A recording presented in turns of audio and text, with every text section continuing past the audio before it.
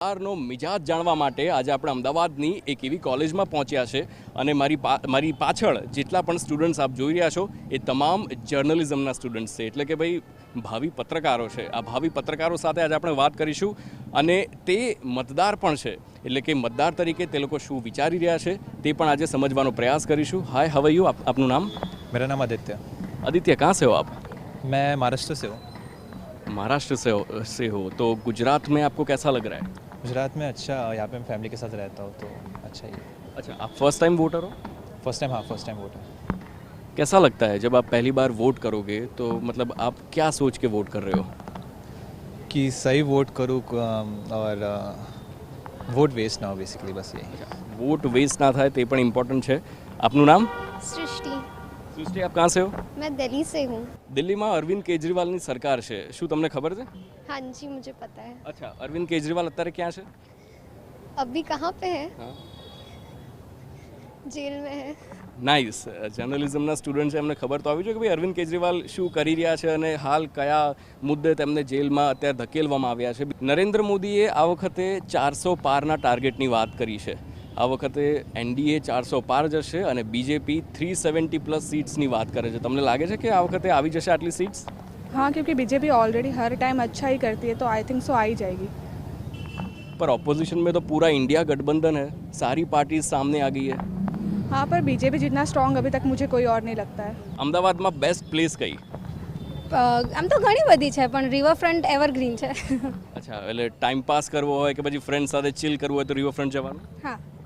અચ્છા, મને એમ કહો, રિવરફ્રન્ટ પર તમે જ્યારે પણ જાઓ છો તો શું ત્યાં સ્વચ્છતા લાગે છે તમને? હવે ઘણી લાગે છે. બેઝડ ઓન લાસ્ટ થોડા યર્સ હવે ઘણી બધું ડેવલપમેન્ટ થયું છે. બ્રિજીસ બી સારા બની ગયા છે. અટલ બ્રિજ હમણાં જે નવો બન્યો છે એ શોભા વધારે છે અમદાવાદની. સો હવે ઘણી બધી સારી ડેવલપમેન્ટ થયું છે. મારા મતે ઘણું બધું મોટું કામ તો કર્યું જ છે બીજેપીએ, પણ એવું ઘણું બધું મિડલ ક્લાસ ફેમિલીઝને હેલ્પ કરવા માટે યોજનાઓ પણ બની છે જે બીજેપીએ પ્રોમિસ પણ કર્યું છે અને એના પછી કામ પણ કર્યું છે. જેમ કે અપ્રોક્સિમેટલી 3.70 લાખ મહિલાઓને વિધવા સહાયની ઘણી બધી હેલ્પ રહી છે. પછી આવાસ યોજના છે, એના પર 4 કરોડ જેવા લોકોને મારા જ એરિયામાં એક તો કન્સ્ટ્રક્શન ને બધું ઘણા બધા એમના માટે બી બેનિફિટ્સ થયા છે. તો હું એવું સપોર્ટ કરું કે એવી સરકાર આવે જેનાથી મિડલ ક્લાસ ફેમિલીઝને પણ વધારે બેનિફિટ થાય. એટલે નરેન્દ્ર મોદી જે કહે છે મોદી કી ગેરંટી, એ ગેરંટી કામ કરે છે? કરે છે, ડેફિનેટલી કરે છે. ક્યાંના છો તમે? હું કચ્છ ભુજથી છું. ભુજથી છો. વર્ષો પહેલાં ભુજમાં ભૂકંપ આવ્યો હતો. હા, ઓકે, તો એ વખતે સરકારે શું કામ કર્યું હતું? એ વખતે તો ઘણું બધું થયું હતું. મતલબ ભૂકંપ આવ્યો તેના કારણે નુકસાન તો બહુ ભયાનક થયું હતું, પણ એના પછી સરકારે જે પ્રમાણે ડેવલપ કર્યું છે અને હવે જે ભુજ અને કચ્છ જે આખું અલગ ડાયરેક્શનમાં ગયું છે એ ડેવલપમેન્ટ અત્યારે બહુ સારું થઈ રહ્યું છે. અને આમ જોવા જઈએ તો આટલા ટાઈમમાં આટલું બધું કરવું એ બહુ સારું કહેવાય. તમે આ વખતે વોટ આપશો તો તમારા માટે સૌથી વધારે ઇમ્પોર્ટન્ટ શું છે? તમે શું વિચારીને વોટ આપશો? હું તો બસ એ જ વિચારું છું કે બને એટલું વધારે ઇન્ડિયા હજુ ડેવલપ થાય, હજુ સારામાં સારું બને અને એનું બસ ગ્રોથ થતો રહે. બસ એ જ એક મેઇન પોઈન્ટ છે કે જ્યારે પણ ઇલેક્શન આવે કે પછી કોઈ પણ ઇલેક્શન હોય ત્યારે જાતિનો મુદ્દો સૌથી વધારે ઉઠતો હોય છે. શું તમને આ રિલેવન્ટ લાગે છે કે ભાઈ આ મુદ્દો ઉઠવો જોઈએ? हाँ जी, ज़रूर उठવો જોઈએ. હમણાં જ આપણે વાત કરીએ તો મિસ્ટર રૂપાલાની વાત બહુ બધી હાલે છે કે એમને ક્ષત્રિયોની દીકરીઓ માટે બોલ્યા હતા, તો એ બોલવું યોગ્ય નથી. કારણ કે ખાલી ક્ષત્રિયોના દીકરીઓની વાત નથી થતી અહીંયા, બધા જ સમાજોની દીકરીઓ ઉપર આવી જાય છે.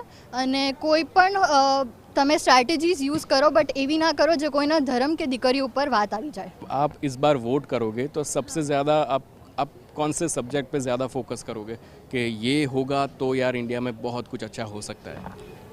फ़िलहाल तो टेक्नोलॉजी के हिसाब से ही देखेंगे क्योंकि इंडिया काफ़ी मॉडर्नाइज हो रहा है और हम काफ़ी जगह चीज़ों से इंडिया को बाहर से कंपेयर कर सकते हैं. इंडिया पहले सिर्फ कहते थे सिर्फ डेवलपिंग है, लेकिन अब काफ़ी हद तक डेवलप हो चुका है वो. तो ऑफ कोर्स टेक्नोलॉजी के बेसिस पे डेवलपमेंट की बात होती है तो आपको क्या लगता है कि अब इंडिया में क्या मिसिंग है? सबसे ज़्यादा मुझे लगता है कि जॉब्स की अपॉर्चुनिटी होनी चाहिए. हमें कहा जा रहा है कि मिल रही है, लेकिन अभी भी हम देख सकते हैं कि काफ़ी जॉब्स की प्रॉब्लम आ रही है, बेरोज़गारी है, काफ़ी है.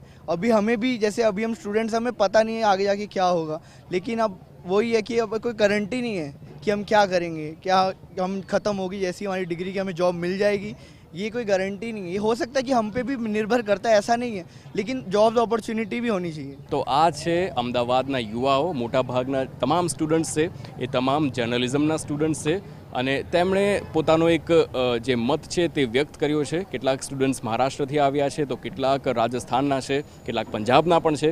આ તમામ વિદ્યાર્થીઓનું માનવું છે કે ક્યાંક ને ક્યાંક બેરોજગારીનો મુદ્દો છે, મોંઘવારીનો મુદ્દો છે, જાતિનો જે મુદ્દો જે ભારતમાં વર્ષોથી ચાલ્યો આવ્યો છે એ મુદ્દો પણ ઇમ્પોર્ટન્ટ દેશ માટે છે.